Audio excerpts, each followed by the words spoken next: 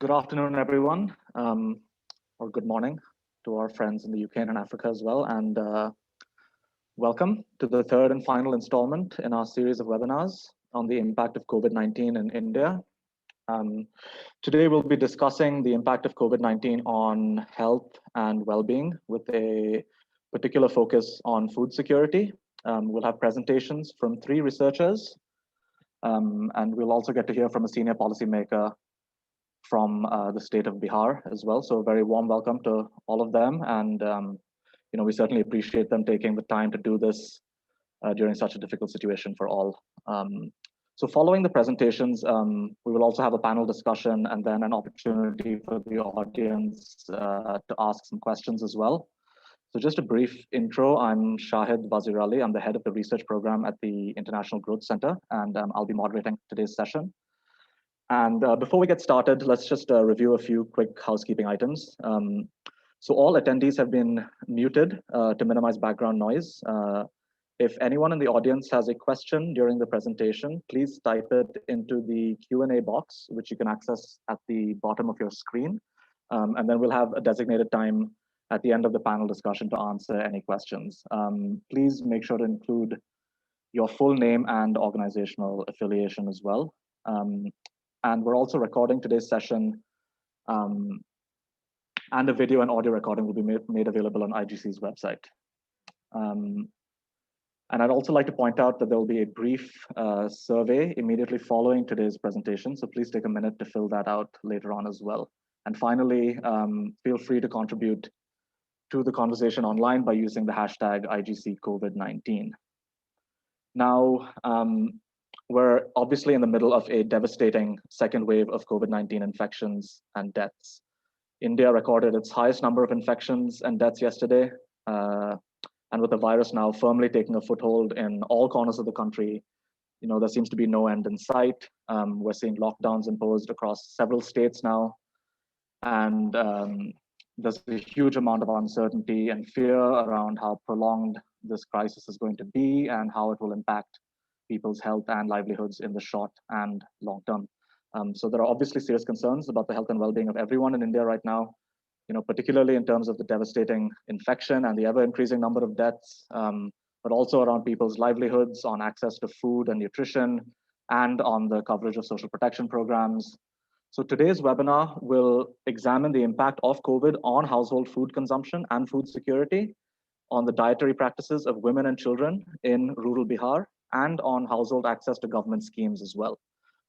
It will draw on evidence from 3 IGC studies conducted through most of last year, and will hopefully provide some timely food for thought, as we now begin to design new policies and think about new approaches to not only minimizing the impacts of COVID in the short term, but in building resilience to future crises in the longer term as well.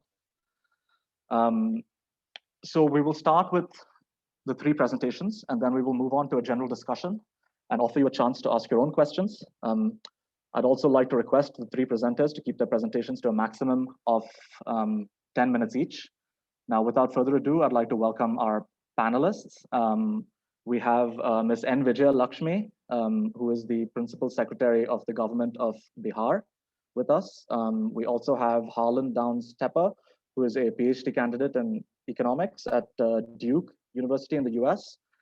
We have Mausmi Datta, who is a professor and head of department at Presidency University in Kolkata. And finally, we have Sunil Kumar Mishra, who is a fellow at the Institute of Human Development in Delhi. So let's get started. I would like to pass it on to Harlan. Harlan will present key findings from a project on understanding the impact of COVID-19 in Patna's slums.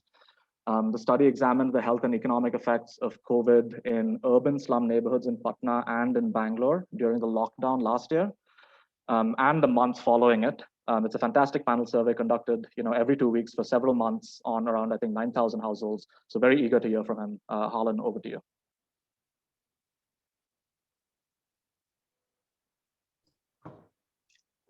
Thank you so much, Shahid, for the introduction. And thanks to the IGC both for supporting this work and for putting together today's panel. I'm looking forward to today's conversation.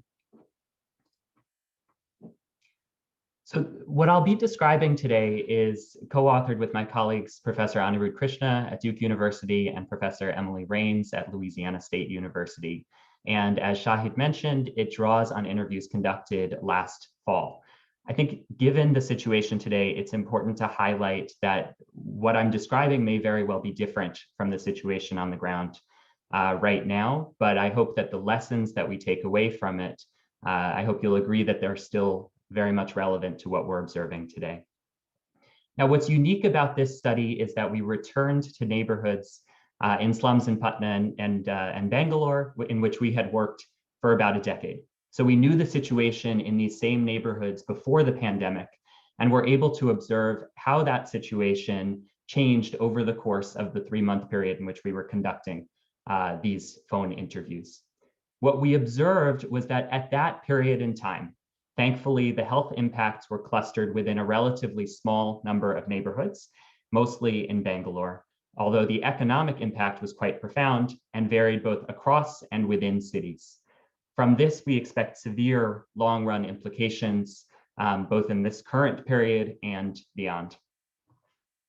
Now, briefly, I want to talk a little bit about how we arrived at the neighborhoods that we ended up calling last fall. Now, studying slums, as many of you know, is difficult because official lists are notoriously incomplete. So beginning in 2010 in Bangalore and then continuing through 2016 and beyond in 3 cities, Bangalore, Jaipur, and Patna, we developed a list both based on government lists as well as local knowledge from NGOs and others, and then supplemented that by actually manually coding satellite imagery and then balancing this with in-person surveys to identify neighborhoods which otherwise would not be included in research surveys.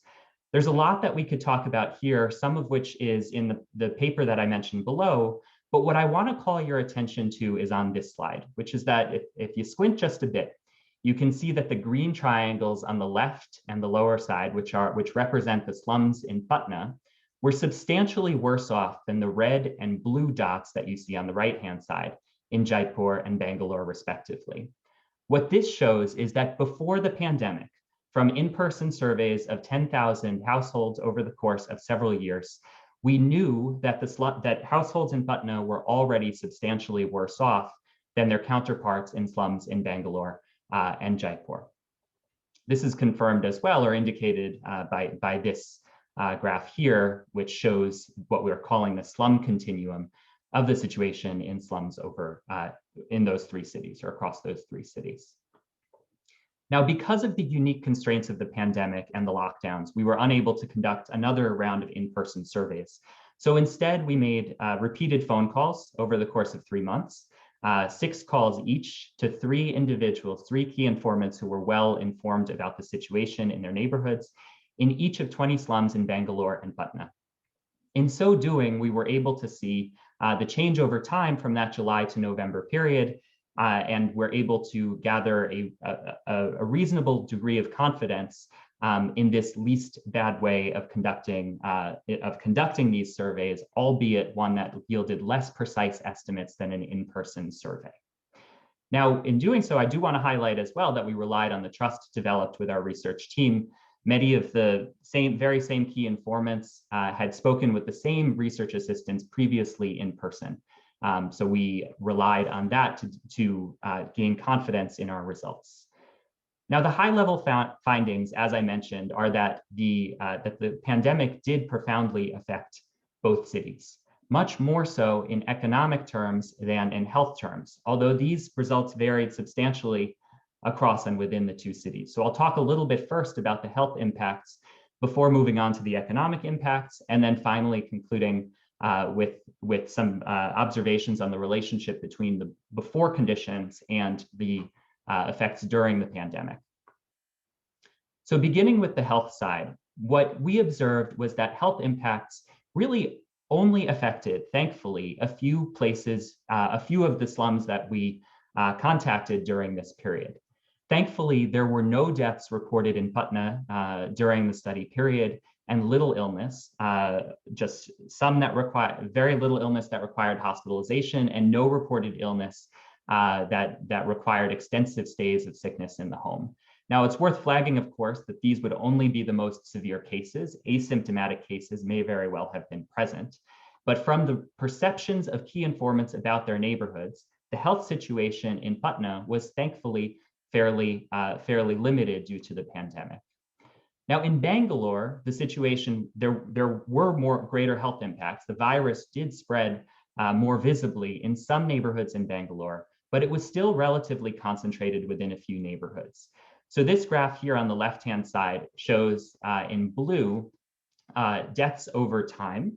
And as you can see on the y-axis on the left, this is the total aggregate number of deaths reported by week in slums in Bangalore. You can see that over time it was relatively low, maxing out at just one reported on average in the first week in July. And you can also see that sickness in both the home and the hospital were fairly low, percentage terms on the right-hand side, right axis in the graph. Now, even if we drill a little bit deeper into these health impacts, you can see that these results were really driven by just a small number of neighborhoods. Now, this indicates that, and especially over time where it began to be decreasing, once we began to see these diminishing returns, we were able to draw the conclusion that at least visible health impacts were relatively less severe than one might have worst feared. The economic situation was different, and was different partly because these neighborhoods were already quite precarious before the pandemic began. So the slums were already disconnected from formal structures, both government structures, such as ability to access official rations, as well as institutional structures such as banks. Households also demonstrated both a low savings rate overall and a low magnitude of savings among those who were able to save. Now, what this indicated was, or the way that households then coped prior to the pandemic, was to turn to their informal networks rather than formal structures, given the disconnectedness of these areas. Now, that created a situation in which once COVID-19 forced deep cuts, disconnected communities suffered even greater degree. So already from the very beginning of the pandemic, there was widespread job and income loss as a result of the pandemic lockdowns. So half of households in Bangalore slums and 80% of households in Patna lost their primary source of income pretty much right as the pandemic or as the lockdowns began. And by November, once we concluded these rounds of surveys, 35% of pre-pandemic income in Patna was still missing. Households then continued to be suffering from the pandemic shocks. Now, the coping mechanisms that we observed were, one, to cut back on food, two, to begin borrowing within the communities, and finally, as well, to begin liquidating assets to begin to compensate for the shortfall in income that these households had experienced. Because the shock was correlated across the entire communities, households couldn't turn to their usual informal networks because their neighbors, of course, didn't have resources to provide anymore as well, because everyone was suffering within the communities and beyond, worldwide, of course, from this correlated shock.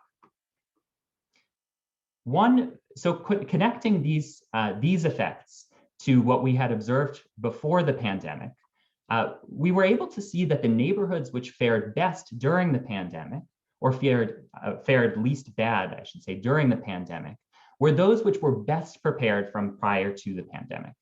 So those neighborhoods which had higher savings rates and higher social capital pre-pandemic exhibited more borrowing during the course of the lockdown period. You can see here on the right-hand side that higher savings rates in Patna were associated with the ability to borrow more, as one would expect. Greater degree of capital within communities led to more borrowing ability as well. Similarly, higher savings and higher labor formality prior to the pandemic was associated with less cutting back on food during the pandemic, and stronger leadership was associated with the ability to access government assistance more robustly. Now, so bringing it all together, thinking about what we have to see ahead, there are remaining warning signs with debts coming due, an overwhelming belief that at that point, at least, economic effects outweighed the health effects of COVID-19, and a pessimism about the future, whereby in the months ahead, respondents believe that the situation would be worse than prior to lockdown began. And a warning sign in terms of growing complacency and decline in social distance and masking, the things that we know help reduce the spread of the pandemic. So to conclude, the key takeaways of this survey are that although the pandemic deeply affected both Bangalore and Patna slum residents, at that point, the economic impacts were much more profound than the health impacts. We saw that emergency assistance makes a difference, in that rations and government assistance somewhat mitigated the need to dip into savings. And finally, that the best policy is preventive. Even though the situation may very well be different today than when we were conducting these surveys 6 months ago, we saw that the more prepared communities have fared better than less prepared communities, indicating that government policy to help insulate communities against all shocks, not just pandemic-related shocks for the next COVID-19, will help communities weather such profound shocks in the future. So thank you very much. I'm looking forward to the conversation ahead. Thanks so much, Harlan. Really interesting study and very insightful key takeaways as well at the end, especially pertinent given what's happening today. I would like to now turn to Mausmi Datta, who will present her study examining the impact of the lockdown on dietary practices of women and children in rural Bihar, as well as looking into the financial status of households and access to government schemes. Over to you, Mausmi.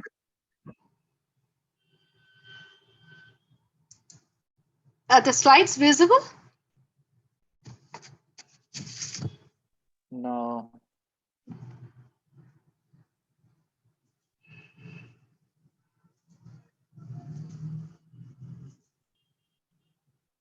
Yeah. So thank you, Shahid. My presentation will be based on the analysis of impact of lockdown on dietary practices of women and their youngest child in rural Bihar. Three of us did this job, along with me, Zakir from Presidency and Shashwat from Indian Institute of Development Studies, Kolkata. They helped me to develop this entire thing. Now, the change in dietary intake has been captured by two indicators.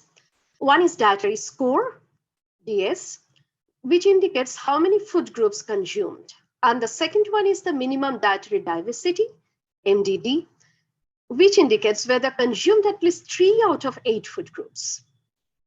We also analyzed the consumption of specific food groups. Now, all of us are aware of Jivika's role in rural Bihar. Now, Jivika, since 2016, has developed a program called Health and Nutrition Strategy, HNS program, which takes care of the dietary outcomes of rural people in Bihar. They do meeting regularly and take care of the nutritional strategy, etc.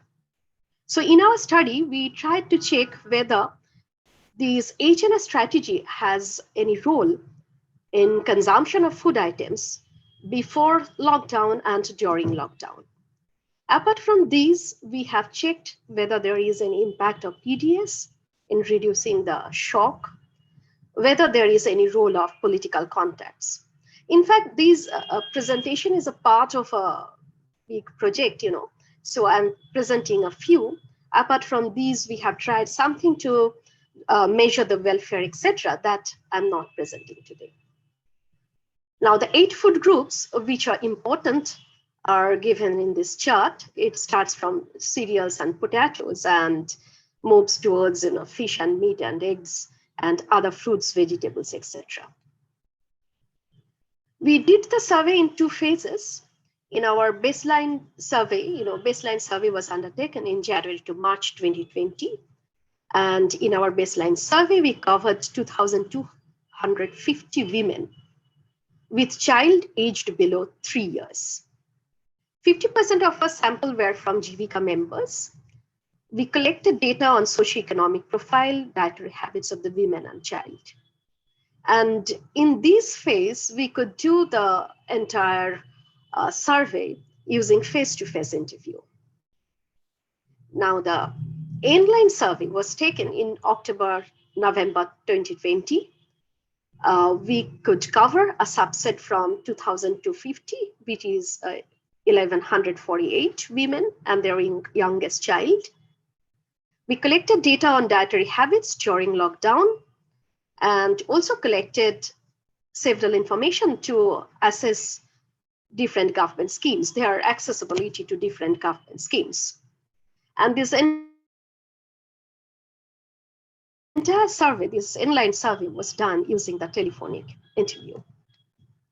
We selected 6 districts from Bihar: Nalanda, Shasha, Begusarai, Muzaffarpur, Purva Champaran, and Katihar. Respondents were selected using a multi-stage sampling design. First, we selected 13 districts out of 38, where Jivika's JTSP, the Technical Support Program, and HNS program were in place during the last 5 years.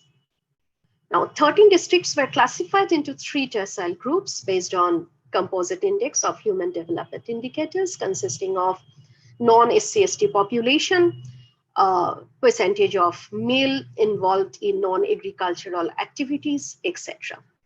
Now, 2 districts from each tercile group were selected randomly. Now, coming to results, what we found that on an average, women used to consume about 6 food groups out of a possible 8 before lockdown. Now, during the lockdown, it decreased to 5. The decline in mean dietary score is highest among women belonging to Hindu forward caste households, families in the highest asset tercile class, and among women with below primary education. Now, if we come to MDD, minimum dietary score, we got, while 94% of mothers had attained MDD before lockdown, the proportion declined to 83% during lockdown.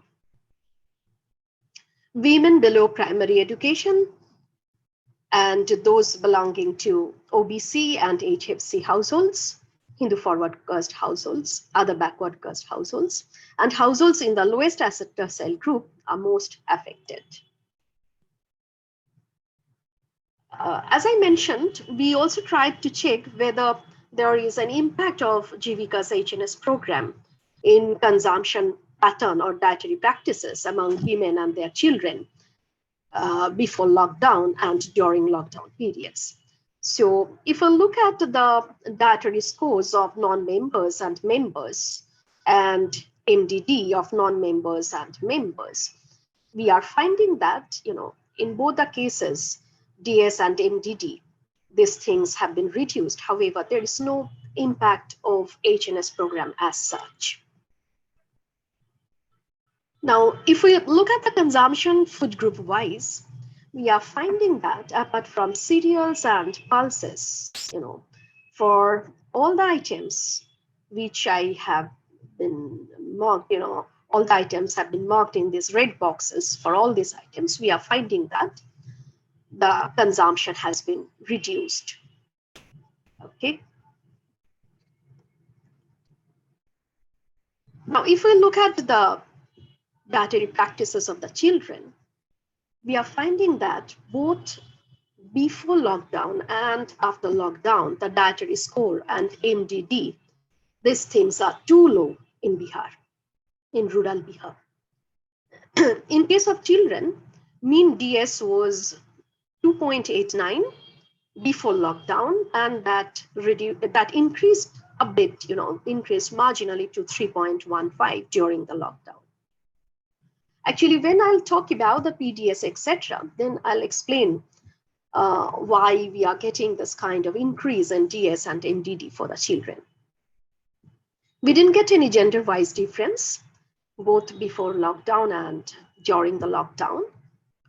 The dietary score increases for children for all subsamples formed based on asset holding of families, education level of mothers, and socio-religious identity. Now, if we split the children age-wise, in that case, we are finding that for the older age group, children belonging to 25 to 36 months, for them dietary score has been reduced. For all the classes, we are finding it has been increased. So, so this increase in dietary score, what we are finding, that may be result of, weaning away from breastfeeding. Both for Jivika members and non-members, we are finding that dietary score of children has increased a bit. So here too, we didn't get any impact of HNS program as such. Now coming to the MDD, we found a marginal increase from 33% before lockdown to 34% during lockdown. Gender-wise, also there is no significant change. Initially, that is before lockdown, MDD was 32% among boys and 34% among girls. And all of you are finding that the percentages are very, very low. And during the lockdown, we got an increase in the percentage of boys attaining MDD by 3%, while in case of girls, there is a marginal decrease. The percentage of children complying with MDD increases over the period of our study for most of the subsamples. The exceptions are children from families with medium and high asset holdings, children whose mothers have 6 to 10 years of schooling, and children from Hindu, other backward classes, and Muslim families. If we look at the matters, as age group wise, again, we are finding that for the older age group, there is a reduction in MDD. And again, if we look at the matter for non-members and Jivika members, we are not getting as such any difference between the members and non-members.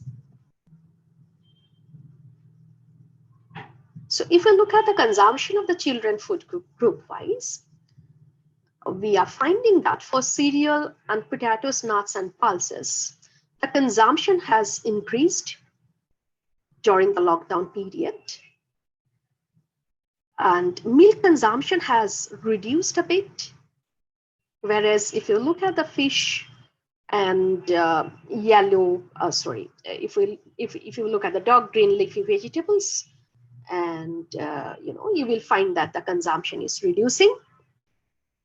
However, the important thing is, both for fish and meat, eggs, the consumption is very low before the lockdown as well as during the lockdown. The protein diet, protein intake of the children are very, very low. We have collected some information regarding political contacts, because political contacts may play a role in helping the households to access government schemes and reducing the impact of shock. The mean values of the changes in DS and the percentage attaining MDD are compared between subsamples defined as follows. First, we considered the questions whether respondent and pradhan is of the same caste, whether respondents' family members have any contacts with the pradhan, and whether respondents' family members have any political contacts. So caste didn't play any significant role. However, if the mother has contact with pradhan or there is a political contact, we are finding that reduction in dietary score that is lesser. Okay, since all the values. Can you wrap up in 2 minutes, please? Okay. Since all values are negative, there is reduction. However, reduction is lower with the political contacts. Similarly, in case of MDD, we are getting the same result. If we look at the public distribution system, then also we are getting the same thing. People who have access to the public distribution system, who are the ration card holder, the reduction in DS is lesser, and the same thing is happening for MDD. We did some regression result as well. We are getting significant impact of lockdown, both in case of DS and MDD. We are getting significant impact of PDS. Political contact is important in case of DS. For the children, almost the similar result, and here we are getting increase in consumption during the lockdown. So to conclude, dietary intake of mothers had worsened. Children seem to be better off, but if we focus on the 18 to 36 months group, dietary intake was worsened. No significant difference between the Jivika members and non-members. Political context has played a role in accessing government schemes and buffering dietary intake. The Bihar government has used the PDS successfully, very successfully, to provide a buffer against falling consumption. Okay, there is a bit limitation because of lockdown, the second part have been done using the telephonic survey. So this is all about the dietary practices of mother and child. Thank you. Thanks so much, Mausmi. Really interesting results there. I'd like to now keep it moving. So I'd like to turn to Sunil Kumar Mishra. And Sunil will present key findings from a study that examined the impact of the lockdown on various aspects of food security. It also looked into how different groups of society were affected, such as casual laborers, farmers, migrants, and so on. Over to you, Sunil.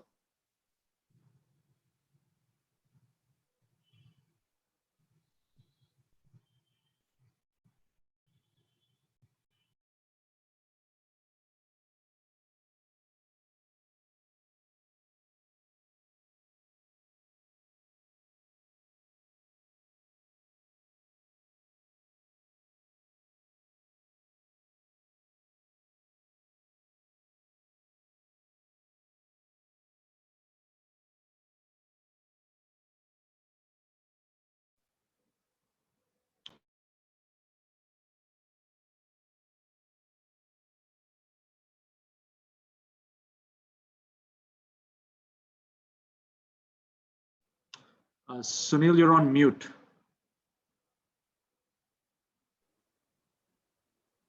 So is it visible, this slide? Yeah, now we can.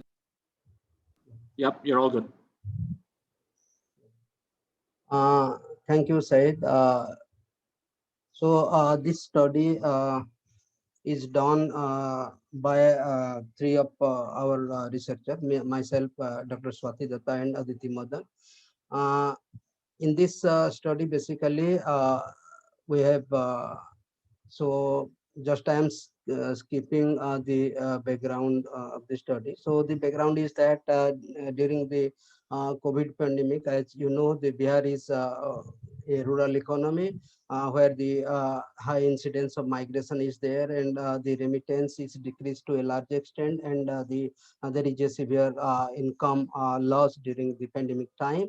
So in such context, as the state is already in a food insecure zone, so the lockdown has a severe impact on the food insecurity or food security of the household.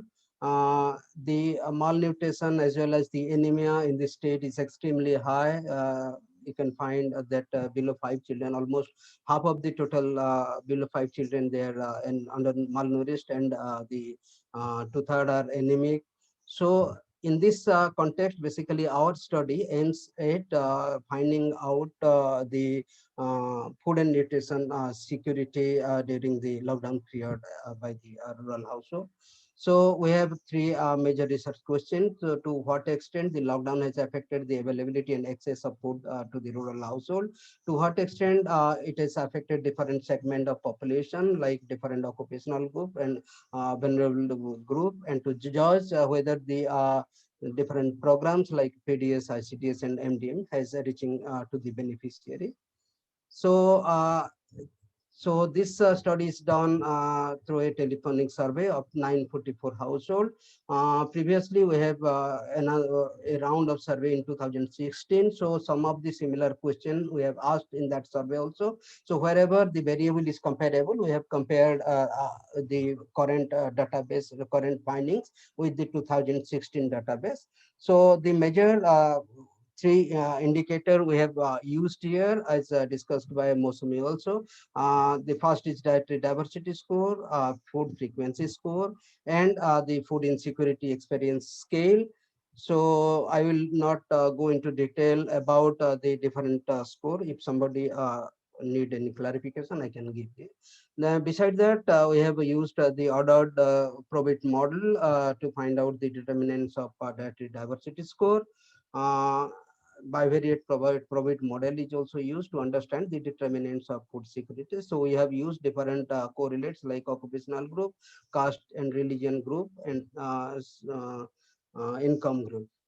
So this is the finding. So the first figure shows that the percentage of adult male, adult female, and children consume 2 meal or less per day. So as you see, among the adult female, the pre and since Corona period, you will find a increase of about 7 percentage point. And for the children also, it has increased from 2 to 6.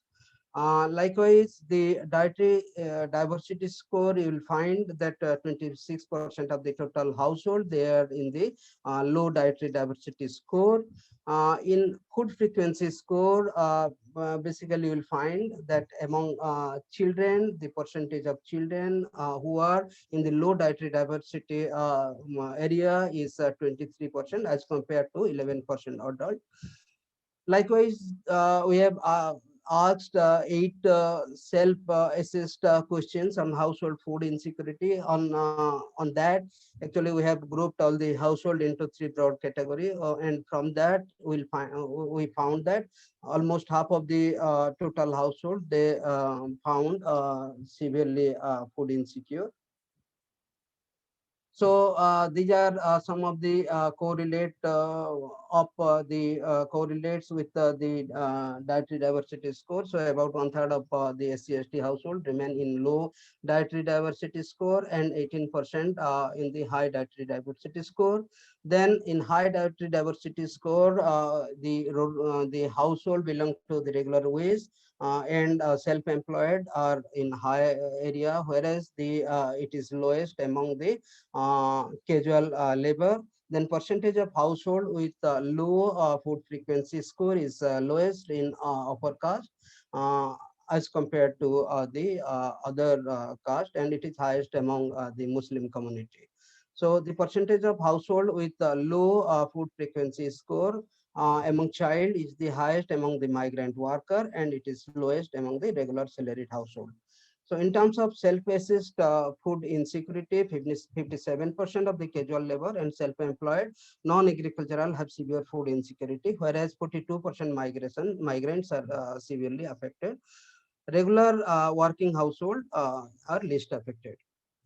So the first table shows that by different occupation, we have grouped all the household into affected and not affected household based on certain criteria for each and every occupational group. Like for example, in self-employed agricultural household, we have asked certain questions like whether their operation is affected, whether the selling is affected, whether the cost reduced. Or so based on that, we have grouped all the household into affected household and not affected household. Then we compare that with the dietary diversity score and food frequency score. From this table, it is clear that among the casual labor, the 100% are affected by the national lockdown. Whereas the self-employed in non-agriculture, almost 84% affected, and the migrant labor is also affected to a large extent. So among the another finding is that among the affected household, The dietary diversity score within the lower category, it is higher for affected household as compared to the non-affected household. So this is the second table, basically the consumption of food groups on average number of days in a month. So you'll find that some of the items like vegetable, where the pre-corona period, the household are consuming 17 days in a month, that reduced to 14 days. Likewise, the fruits, it reduced from 8 to 2 days during corona period.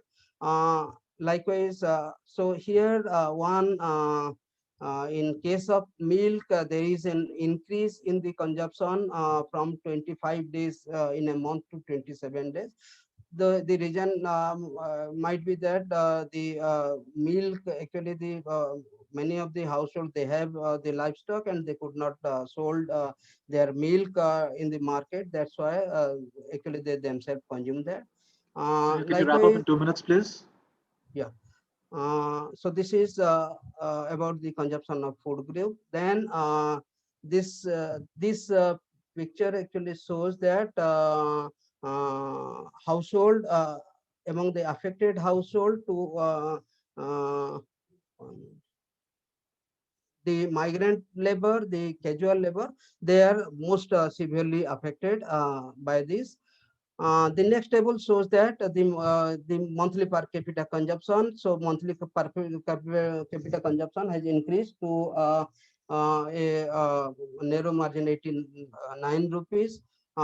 So here you will find that the share of food consumption expenditure over the period has before corona and after corona, yeah, or 2000 as compared to 2016, it the food consumption expenditure has increased and non-food consumption expenditure has decreased. Uh, so this I have already discussed. Then the food security situation before and after COVID. So here you will find that the 57% of household, they are worried about whether they have enough food to eat. Then the second important 58% household, they think that they could not able to eat the variety of food. And the third is almost 44%, they eat less amount of food. Then the government program, about the government program, actually the PDS has play a major role during the COVID period. As you see that a large proportion of the household, they said that their PDS help them to for 2-3 weeks requirement of the meal. Likewise, the supplementary food, actually this is a problem on the supplementary food. About 47% of the total household, they said that the children could not get the food supplement during the lockdown period. So here I have discussed the Anganwadi services. The Anganwadi services is affected to a large extent. You can find this from this table. The take-home ration pre-corona and post-corona, there is a large reduction, 61% to 24%. Likewise, for other indicator, you will find there is a large decrease in the Anganwadi services. Then the coping strategy, the main coping strategy for the household is during the during the lockdown period is relief provided by the government, 36%. Then the change in dietary pattern, this is the second most important. So this in the second figure we have just mentioned the coping strategy for different occupational group. So here just this we have already discussed. So the policy recommendation. So in the policy recommendation, actually, because during the lockdown period, the children in ICDS midday meal and the in the school, they could not get the food benefit. Therefore, actually their main concern is that they should have there should have a cash transfer. Then another problem that we find in the through our telephonic interview, that the Anganwadi workers are heavily involved in the COVID related work. So generally their routine work is affected to a large extent. Therefore, the manpower in Anganwadi center that should be increased if their work is diverted to some other work. Then the revival of economy through employment opportunity also helps indirectly to ensure the food security, because in our some other study we find that the average mandates from Narega is extremely low. It is 70 to 20 days in our 12 villages. Then improving the last mile connection is also important, because in Jan Dhan Yojana, government has given some cash transfer, but due to the transport restriction and obstacle in access to bank, even some beneficiaries, they don't have any awareness about whether the money is transferred in their account or not. That is not there. So there should be an awareness campaign. Then the Prime Minister Garib Kalyan Yojana is very much helpful, but for some poor household, we found that they basically they access the Garib the free ration, but the priced ration, the general quota, some of the households they could not get that. Then the next is a large. Can we wrap up soon? We'll have plenty of time for discussion after as well on policy recommendations. This is the last slide. So a large migrant households exclude from the list of beneficiary because they don't have any documents. So they are deprived of the ration thing. Then the government should plan for some nutrition bar to cater the nutrition requirement of the children, as this is initiated by the Kerala government. Then another important thing which found is successful in some other areas like kitchen garden. So this kitchen garden will be a long-term solution to the dietary diversity of the rural household. Thank you. Thank you, Sunil. I'd like to now just bring in Ms. Vijaya Lakshmi for a few thoughts.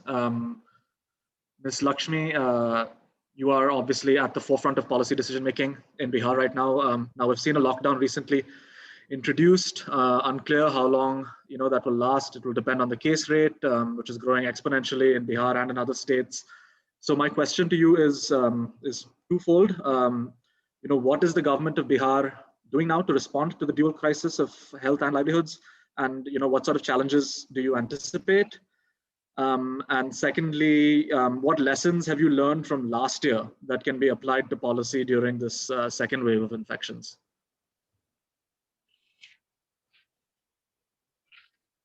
Sunil, could you mute yourself, please? Yeah. Thank you, Shahid.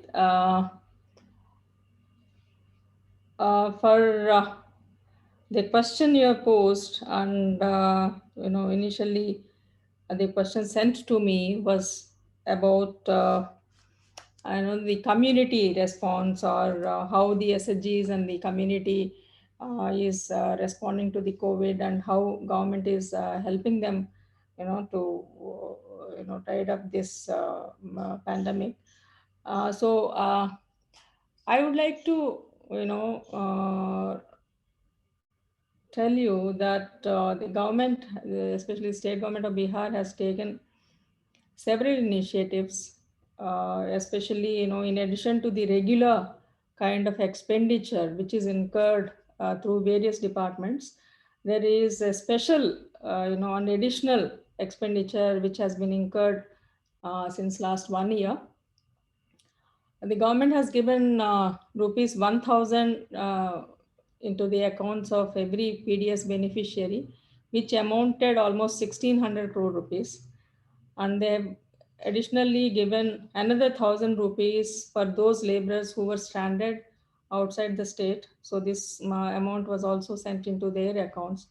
This was a total of 250 crore rupees. And once many of these laborers, they have returned back, and when they were transiting to their homes, in between when they were quarantined, there are a lot of relief centers were established. Even now, the relief centers are operational, where cooked food is provided to them, to the ultra poor. These are called as community kitchens. So government is spending a lot of money on setting up of these community kitchens. Ma'am, can you turn In your terms video on? of- Hello? Can you turn your video on? Yeah. Yeah, in terms of the health expenditure, um, uh, there is a lot of expenditure made on ramping up the health infrastructure, procurement of various things, including these PPE kits and testing kits, etc., which also includes in the second wave, a lot of expenditure related to ICUs, ventilators, establishing ICU beds, and then oxygen supply, etc. The highest expenditure is incurred on testing. Actually, it is estimated to be like 5 crore rupees a day cost on testing. They almost test 1 lakh people. These RT-PCR, testing. So this is with regard to the health expenditure. And if you see the food and civil supplies expenditure, in fact, they have started giving free ration in this month, May 2021. 5 kgs of food grain, 3 kg rice, and 2 kgs of wheat per person in the family. This is given to almost 1.75 crore people, card holders. So the financial outlay out of this is like almost 120 crores. And for Antyodaya families, irrespective of number of people in the family, they get almost 35 kg of food grain per month. Government of India has also started giving 5 kg of food grains under the Prime Minister's Yojana. So these things are already covered. Recently, government has come up with another guideline saying that all the Bunyadi Seva Kendras in the which come under the Social Welfare Department uh, at the subdivision level, they can be used as COVID care centers, and also for ramping up of vaccination as vaccination centers. They also have mobile therapy vans. So these in each district can be used for outreach work for healthcare staff, and also for vaccination.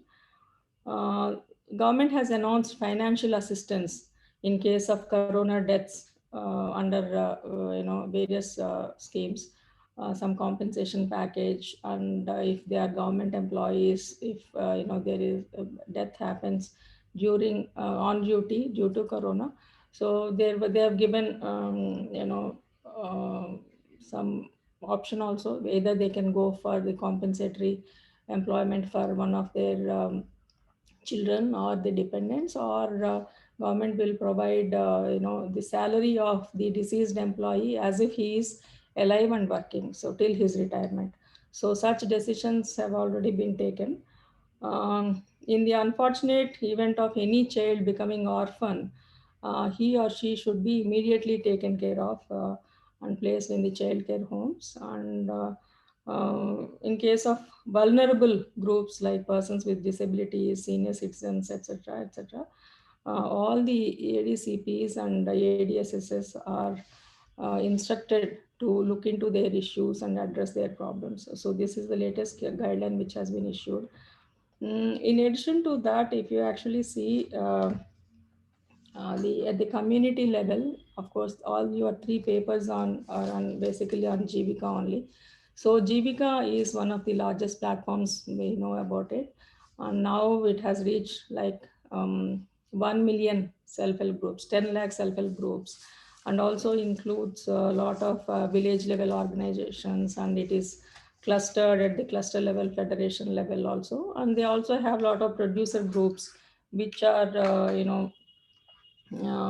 formed around a particular livelihood. For example, they have goat producer group, they have poultry producer group, they have some non-farm, production activities like that. So, it is now a huge community level, community-based platform to look into the livelihood, issues in the rural Bihar. But now it is slowly transforming itself into a catalyst for social change by taking up various other initiatives. So when it comes to dietary diversity and food availability, Jivika has a very robust plan within itself, which is called as Food Security Fund. Your researchers, they have taken a particular theme, so they actually did not talk about this Food Security Fund. This Food Security Fund is, given by the village level organizations to its members. So there is no limit, as per the need, they, they ask for the loan and they give the loan. And the loan has been waived now due to COVID. Earlier, they used to take loan and they used to repay it back. But due to COVID, they have waived the loan also. At the same time, they also have another fund called as Health Risk Fund. So for the health needs of the family, for the pregnant women or even for the children, even for the men in the household, they can take a loan amount from the Health Risk Fund. So from essentially the Food Security Fund and Health Risk Fund are a huge boon to the community level, at the community level for the ultra poor amongst the members of the Jivika. So they are utilizing this. And at present, they have 15,000 crore rupees of credit amongst the Jivika members, which they can access. So that is a huge amount of money which is there. And one of your researchers have spoken about this JTSP program, the Jivika Technical Support Program. With the help of Bill and Melinda Gates Foundation, they have started this program through PCI, Project Concern International. So they are doing this project since last 5 years. Since 2015, they have started this program. This is basically for encouraging complementary feeding, which also includes the dietary diversity practices, etc., etc. So this is through the SBCC, this Social and Behavior Change Communication Program. So that is going on, and your papers also indicated that there are certain encouraging outcomes out of that campaign. So this campaign is going on in Jivika for encouraging complementary feeding and encouraging dietary diversity. And it is done through the rollout of it is done through the role plays, certain games, etc., campaigns, and targeted reinforcement through feeding, the demonstrations of feedings, home visits, etc., etc. So this is continuously going on. When it comes, because when you talk about food security, and also the food security and dietary diversity, of course, both are interlinked. And when you talk about food security, you have to talk about employment opportunities, how whether the MGNREGS program, under that program, whether the how it is functioning in COVID times. Because during COVID times, everything has come to a standstill. It was very, very difficult even for the government machinery, the government functionaries to actually push a lot of, these programs. As someone was mentioning about the Anganwadi centers were not functioning properly due to COVID. So a lot of Anganwadi workers were also affected. And initially during lockdown period also, these centers were not functional. So those were certain, in between there were certain problems.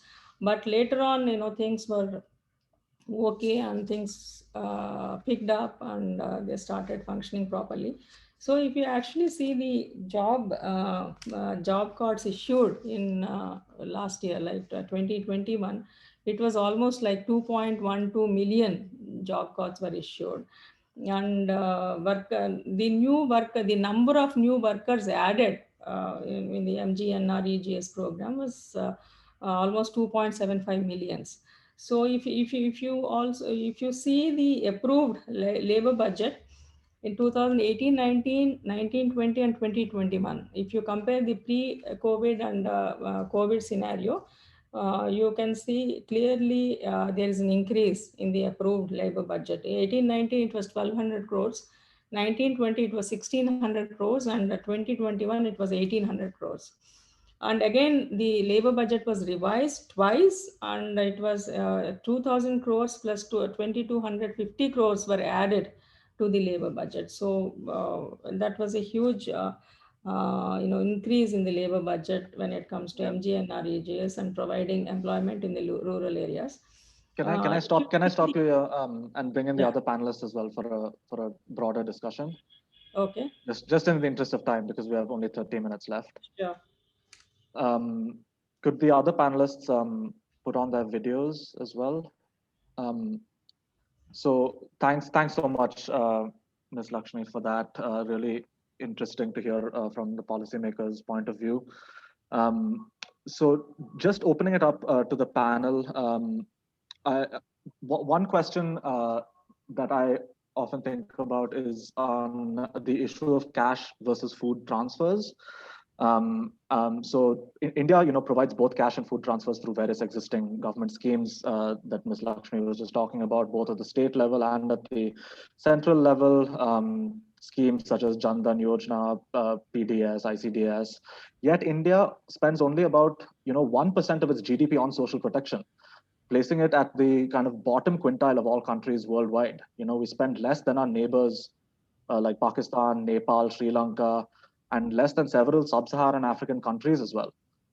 So how, in your opinion, have our cash and food transfer schemes performed relative to each other in addressing food insecurity during a time of crisis? And more importantly, what changes in policy are required to ensure that these programs provide adequate coverage and resilience in the long term? If a crisis arises again, whether it's a pandemic or whether it's an environmental-led crisis, clearly our spending on social protection is not enough. It's only 1% of GDP. So eager to hear your thoughts on that. Anyone? So from our research, we found that take-home rations that worked well. However, there is some problem we identified on depending too much on this kind of PDS system. You will find that consumption of cereals and pulses, this kind of products, increase a lot. However, these in the long run may create some imbalance between the food consumption because you are not getting the micronutrients properly. So these have some long run health consequences in terms of mortality, morbidity, and in terms of prenatal complications, etc. However, in the short run, this is the best measure you can take. Now, if you look at the DBT, direct benefit transfer, as such, direct benefit transfer has not this limitation because you can consume anything you like in your consumption basket. However, we found three things. The first one is many people could not get money. In our survey, only 50% eligible persons received the promised amount. Second, even if household get cash, they may not able to purchase because of the disruptions in the supply chain. In the question, I got one question regarding this. And the third problem is the factor how to distribute the money. Those who got the money, among them 81% received money under Jan Dhan Yojana, 37% received the transfer tagged with PDS. So PDS has broader access, So, next time, or during the pandemic, if we think about what can be done, what can be the better measure, we can think about more cash distribution through PDS system. In fact, so the study indicates, that combination of both things, that will work best, both in the short run as well as in the long run. Thank you. See, the situation is entirely different in both, pandemic and non-pandemic days. So during pandemic, you need a separate and different strategy. And the non-pandemic days, you need a different strategy, especially and when it comes to cash transfers or non-cash transfers, both of them have both pros and cons. For example, I can give you an example. The Mukhyamantri Balika Cycle Yojana, where 2,000 rupees, now it is 3,000 rupees. 3,000 rupees cash is given to girls to buy bicycles to go to schools. So that is a huge success. But at the same time, if you cannot just compare such schemes with food schemes, where if you just give cash transfers, of course we have the government of India, both government of India and state government have various state governments have started cash transfers. A lot of schemes now are run as DBTs.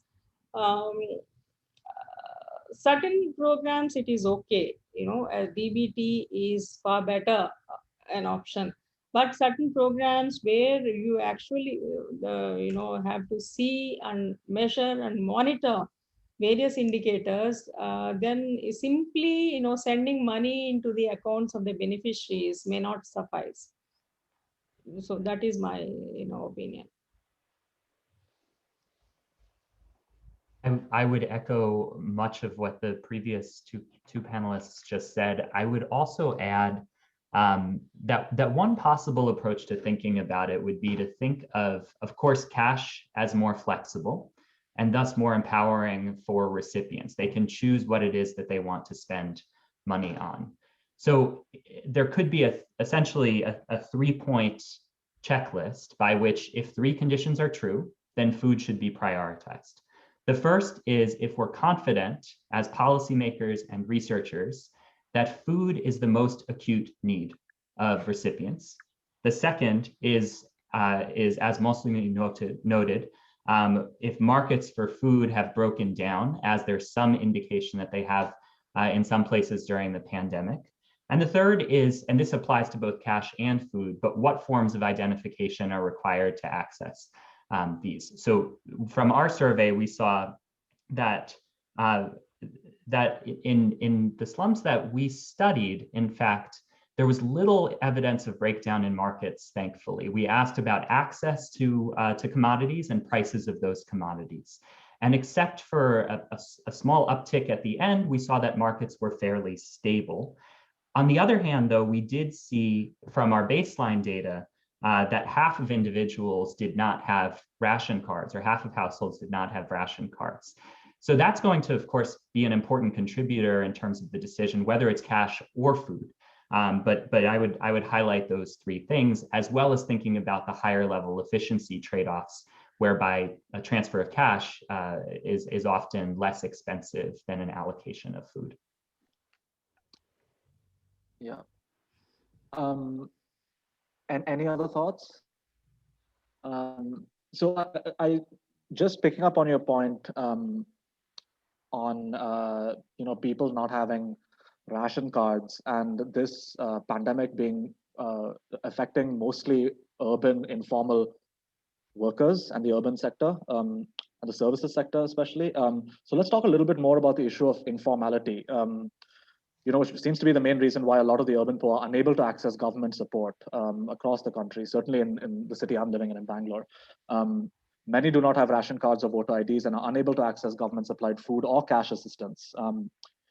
And I think much of the evidence presented today shows that informal workers in urban areas cut back on food consumption, and one of the main reasons was a lack of access. I think Mausmi's paper also shows that actually rural areas seem to have fared better than urban areas, if you're comparing Mausmi's study to Harlan's study. And we actually had a policymaker on the first event on Wednesday, 2 days ago, state very clearly that identification and registration of informal workers is a key barrier to extending support.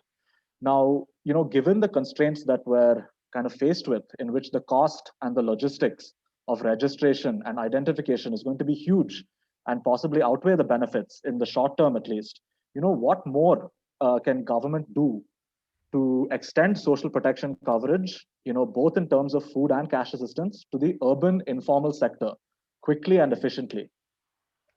Because right now it's not happening in many big cities.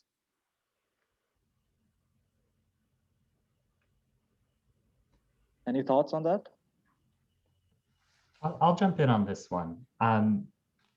Yeah, it's a very important question, and I think that one thing that I would highlight is we think about informality in three ways: a triple informality of labor informality, property insecurity or informality, and identity insecurity. So the identity piece I mentioned, half of respondents lack ration cards.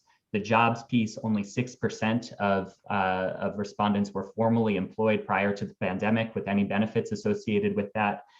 And that was much lower even in Patna than in Bangalore. And on the property piece, 70% overall had no titles to their property. And that was even higher in Patna than in Bangalore. Just focusing on that last one for a second, on the property informality. One very clear policy piece that can come into that is to provide, is to add slums which are not currently on official lists to the list of so-called notified slums. Very practically, what that means for households living in such slums is that they are required to receive notification from the government in the case of eviction or displacement, which is something that we have in fact observed over the past 2 years increasingly.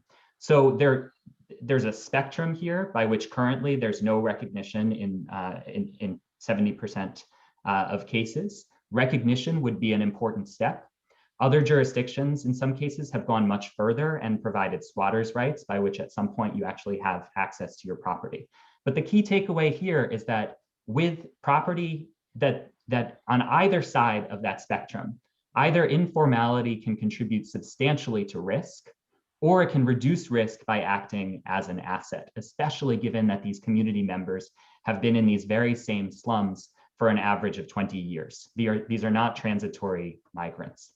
So property rights recognition would be one such very important piece over the medium to long term. Yeah. And any other thoughts on how to improve access to government transfers in urban areas, especially amongst informal sector? PDS covers even in the urban sector. In Bihar, recently they have added 1.1 crore additional, PDS cards, the ration cards. So altogether, it is like 1.74 crore, ration cards, which includes like, almost 8 crore beneficiaries. So out of 11 crore total population of Bihar, almost 8.6 crore people are the beneficiary of PDS. So that is a huge thing, and adding almost more than 1 crore ration cards in the last 1 year is a tremendous effort. So urban, these people living in urban slums are also covered by PDS. That is number one. Number two, there are a lot of housing programs, urban housing programs. So that is also happening. Maybe little slowly. It is taking off little slowly, but the program is quite a functional program. So people are getting houses under the urban slum program. So that is also another thing. Certain state governments have really experimented very well with providing hot cooked meals for the urban poor. So those programs are really very, very successful in certain states. Chhattisgarh has recently emulated that model. Tamil Nadu is a very successful model, and Bangalore, I think in Karnataka also they have this program. Now, few states are doing it. I think people really like that program. At very cheap rates, at subsidized rates, they get hot meals. So I think many state governments can also, maybe state governments, other state governments, Bihar also can emulate that model. Yeah, Bangalore does have a hot meals program, which is very popular. Surreal or Mausmi, any thoughts on that? Actually, in mainly slum, another problem is that basically from the slum also people are migrating to other part of the same state or to other state also. In some of my study in Delhi also I found that. But is there any portability of ration card for those migrants? So just I want to clarify from Vijay Lakshmi madam. They were thinking about it. I'm not very sure whether it is being implemented or not. I'll find out. I'm not very So sure. for example, The portability of the ration card, if someone, yeah, so I someone from understand. Bihar who migrates to Uh, Bangalore, mm, do they have access to PDS as a migrant worker in Bangalore? Maybe within the state, maybe somebody migrate from Patna to maybe Begusarai or some other towns within the same state. Then basically that is in the hand of the Bihar government. So they can do the portability thing. So this is one of the major limitation for the migrant, urban migrant labor. Okay, just aware of the time we have left. I'm going to filter through a couple of questions from the audience. Hold on one second. So there's one question for Harlan from Mumshad Reyaz from the Tata Institute of Social Sciences. And he asks, so you had mentioned that communities that were more prepared fared better. He wants you to just elaborate on what you mean by preparedness. And are you referring to the preparedness of the government, whether it's local government or municipal government, or to the people itself or the communities itself? Thank you, Mumshad, for the question. In this case, so what I'm referring to here is the preparedness of the communities rather than of the government. And we see substantial variation within cities, but across neighborhoods. So there are two types of preparedness. Now, of course, the COVID-19 as a shock, no one could have anticipated, but preparedness takes two forms. One is social capital and the other is economic capital.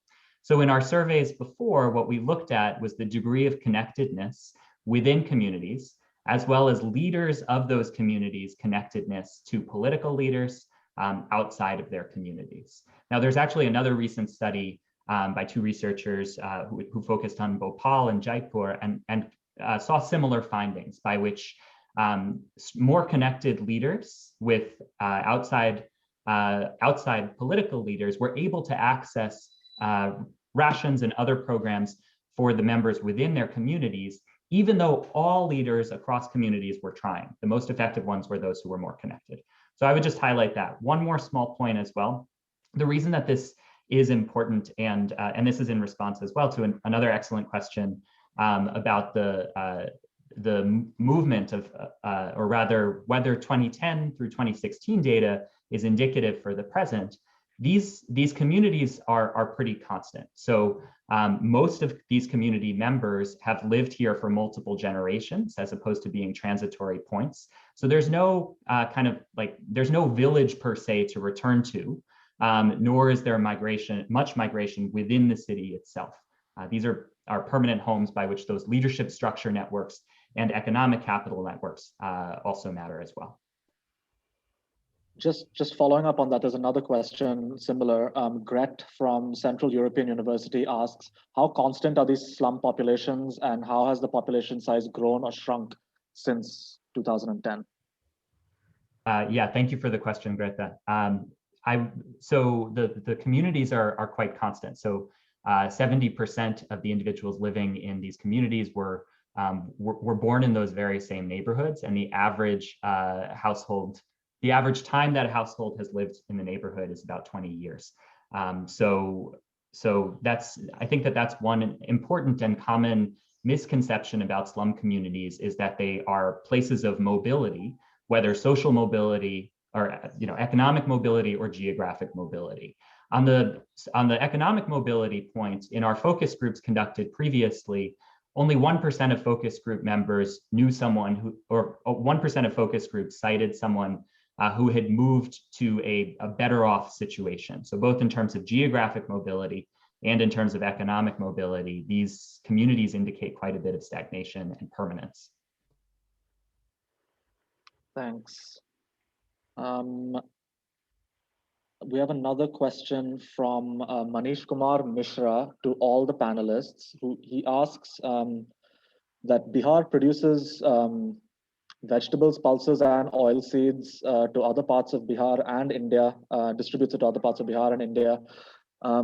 Were there any observations on private food supply chains, especially in context to vegetables, oil, and dal? How did they behave, and what were the impact on rural food security? So I guess another way to frame that question to all the panelists is, did you observe any breakdown in the agricultural supply chain during the lockdown last year? Or was it fairly well functioning within Bihar and across states as well? May I answer to this question? So Sure. in our survey, we found that, everywhere, for both for mother and children, there is a drastic reduction in consumption of leafy vegetables and fruits, etc. And they marked about this. No, we are not getting it from the market. However, our survey is based on the rural area, and in rural area, people generally grows all these things for them, and there was, a shock regarding the production mechanism, etc. And everywhere we found, people found difficulties to get these products.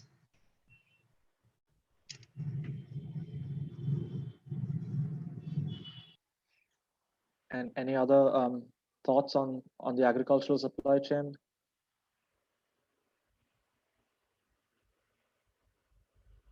So I'll ask one final question, and then we can have some, and then we'll invite Pranav for closing remarks.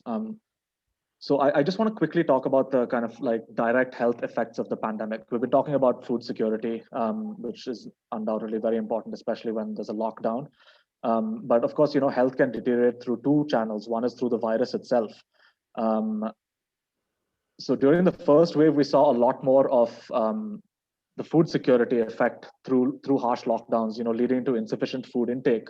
But in fact, Harlan's paper actually shows very little direct health impact through COVID in Patna's slums last year during the first wave, but that's going to change drastically this year. And the impact on households' health and well-being is going to be through a direct effect of the virus. And now the most obvious policy priority to counter that is mass vaccinations. But we're obviously faced with an acute shortage of vaccines, acute shortage of oxygen supplies, and given that and the kind of densely populated urban areas that we're dealing with here, do you have any thoughts on what policies government can enact, especially municipal and local government, to help contain the spread of the virus itself in the short term, but also to build resilience to future shocks in the longer term?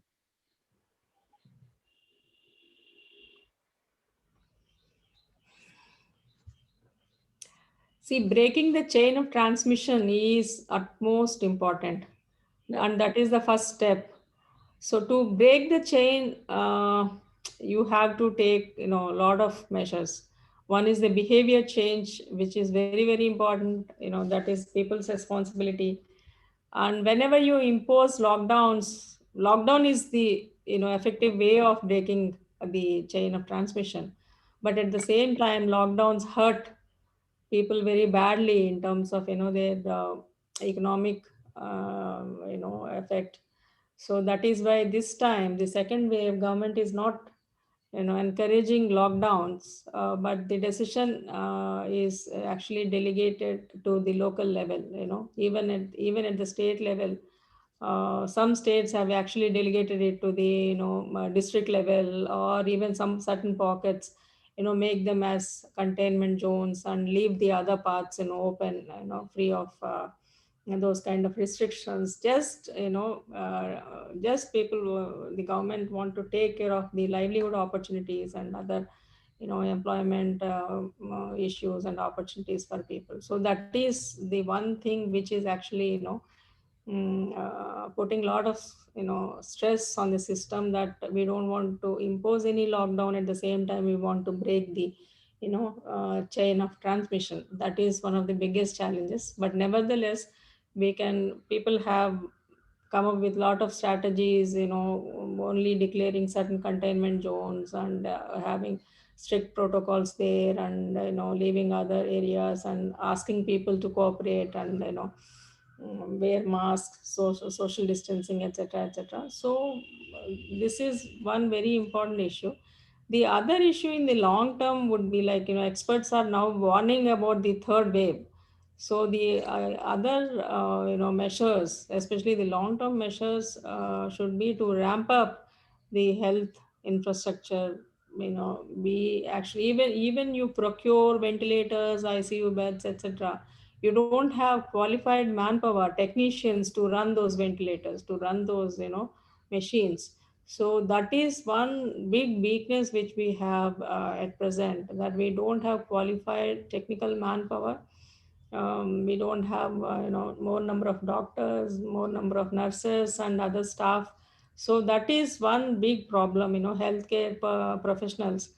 Now various state governments have started recruiting people. They want to take them at least for 6 months on contract basis, paying them very high remuneration, etc. These things are happening now.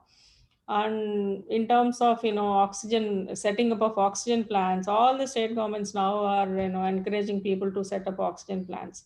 Government of Bihar has also announced certain incentives to set up oxygen units. So that is also happening. And the other issue is actually, the research is also very, very important. I feel that, the genome sequencing research has to happen to find out and to understand more broadly about this virus, whether it is actually, what is this, what is it is causing the second surge. And the second surge was, the second wave is so rapid and so fast. So whether mutations are happening or new variants are coming up, so the genome sequencing research is very, very crucial. I think that in the long run, one has to understand this virus very carefully. So this is also another important aspect. Yeah, well said. Okay, we just have a few minutes left, so we're going to wrap up. I'd like to invite Pranab Sen to just give us a few closing remarks. Pranab, are you on?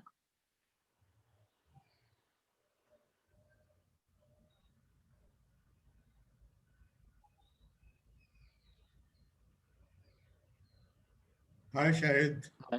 Hi, Pranab.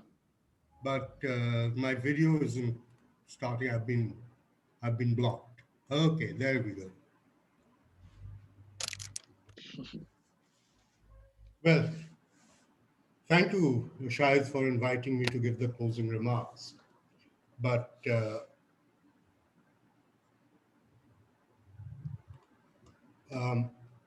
we've had 3 days, I think, of very detailed discussion about a variety of studies on the impact of COVID in the Indian context, particularly in the context of Bihar. Now, like all IGC work, this has very little to do with the medical side of the problem, what Vijay Lakshmi was talking about. It has to do with the social and economic impact of a crisis of this magnitude, and how both people and systems react to it.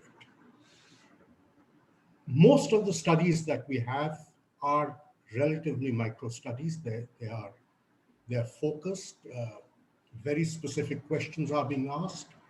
Now, the big challenge that we face, and for IGC to really be useful, we will have to distill some of this into some form of a workable game plan, taking advantage of the behavioral response of households and communities on one side, and to advise the government on how best they can leverage these communities and these systems.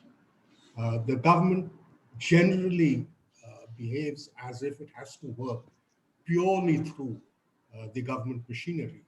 But I think what the crisis has shown, and I think Vijay Lakshmi said this very clearly, the government machinery is stressed.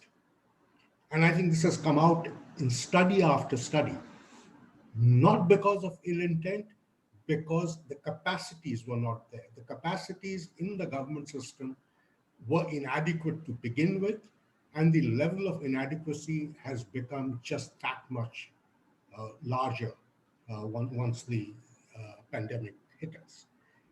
This is going to get worse in the second wave. It's going to get much worse. So we have to be able to identify what are the community structures, what are the social structures, what are the behavioral changes that individuals and families have displayed, to see whether we can come up with a response mechanism which will minimize the damage given the constraints that we have in terms of both our financial and our physical resources.